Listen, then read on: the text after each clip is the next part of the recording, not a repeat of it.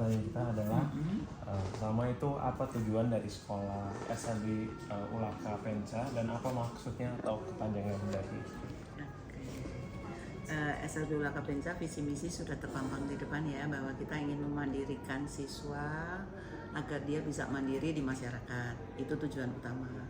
Selain itu juga ada biar dia takwa pada Tuhan Yang Maha Esa dan seterusnya. Nah, itu tujuan kami. Tapi yang kedua tadi apa ya? yang kedua itu apa maksudnya atau kepanjangan? Iya, Ulaka Penca ya. Ulaka Penca itu singkatan dari Unit Latihan Kerja Penderita Cacat. Nah, karena sekolah ini di bawah dinas sosial, jadi kata cacat itu masih digunakan. Nah, karena kata cacat itu kan nggak sopan ya, istilahnya kasar gitu. Makanya selalu kita singkat penca. Jadi penca itu singkatan dari penderita cacat. Kalau Ulaka singkatan dari Unit Latihan Kerja. Jadi awalnya sekolah ini memang unit latihan kerja, menampung lulusan-lulusan SMA LB yang ada di Jakarta. Nah, semakin berkembangnya kan lulusan SMA LB itu banyak yang tidak dilepas dari sekolah masing-masing gitu. Jadi setiap sekolah mendirikan latihan kerja masing-masing. Nah, akhirnya kan kita nggak ada murid. Akhirnya kita turun dari Ulaka, kita bikin SMA. SMA sudah jadi bikin SMP. SMP sudah jadi kita membuka SD. Sekolah ini udah berapa lama ya berdiri? Kita dari tahun 85 ya, jadi sudah 38 tahun. Ya, sudah 38 tahun. Nah, besok itu mau launching buku 38 tahun pengabdian Yayasan Wahana Bina Karya Penca. Sekalian halal bihalal, sekalian launching buku itu Ibu. Jadi makanya agak pakai panggung-panggung gitu. Bagaimana pendekatan yang dilakukan sekolah SLB Ulaka Penca dalam mengajar anak-anak autis? Oke, kita tuh pendekatannya selalu individual.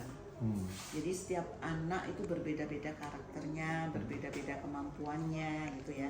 Jadi setiap guru di dalam satu kelas itu kan kita maksimal 5. Satu kelas itu maksimal 5. Jadi 5 anak itu berbeda-beda kemampuannya, berbeda karakternya. Jadi setiap guru harus menyiapkan 5 tugas untuk 5 macam siswa itu. Nggak ada yang sama 5 anak itu. Jadi kita layanannya individual sesuai dengan kemampuan siswa masing-masing. Jadi sudah seperti prinsip IKM ya, implementasi kurikulum merdeka. Pertanyaan terakhir kita itu apa tantangan terbesarnya? Tantangan terbesarnya adalah tenaga kerja kami belum ada yang mau menerima secara baik di masyarakat. Jadi lulusan kami masih banyak yang kita tampung. Seharusnya kan lulus SMA itu mereka bisa bekerja di masyarakat. Nah, karena kondisi siswa kami itu kan kekurangannya di inteligensi ya. Inteligensi itu kan menjadi pusat segalanya dari gerak-gerik anggota tubuh kita gitu. Jadi masih banyak orang di luar yang menganggap anak kita anak gila, anak cacat yang nggak bisa diperbaiki gitu. Nah, itu jadi tenaga kerja bagi anak-anak kita ini masih sulit sekali. Makanya kita mendirikan workshop sendiri. Itu mereka membayar, kayak membayar SPP, tapi SPP-nya itu kita kembalikan sebagai gaji mereka. Jadi sebetulnya mereka kesini gratis. Uang sekolah itu kita kembalikan lagi sebagai upah mereka. Itu supaya mereka ada kebanggaan, mereka gajian gitu setiap tanggal 1. Nah, kami sih berharap masyarakat luas bisa menerima tenaga kerja kita ya, apa aja lah. Mungkin sebagai tenaga OB ya, mungkin bisa bekerja di rumah makan bagi anak-anak yang lulusan tatap muka. Mereka kan bisa membuat kue, membuat masakan, mungkin bisa menjahit, atau mungkin IT untuk surat-surat yang sederhana, asal dibimbing. Sebetulnya anak kami bisa. Cuma di masyarakat anak kami kan gampang dimanfaatkan ya, karena keterbatasan kecerdasannya. Jadi anak kami kalau bekerja di luar itu 3 minggu balik lagi ke sekolah. Kenapa? Temennya nakal-nakal. Kenapa? Saya disuruh beli makan untuk 1 ruangan. Dia suruh bayar tiap hari gitu.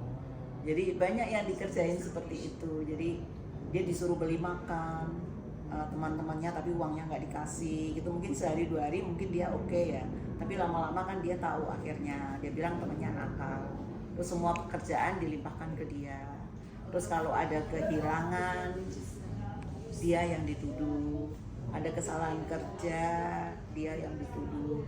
Jadi anak kami seperti kambing hitam gitu ya.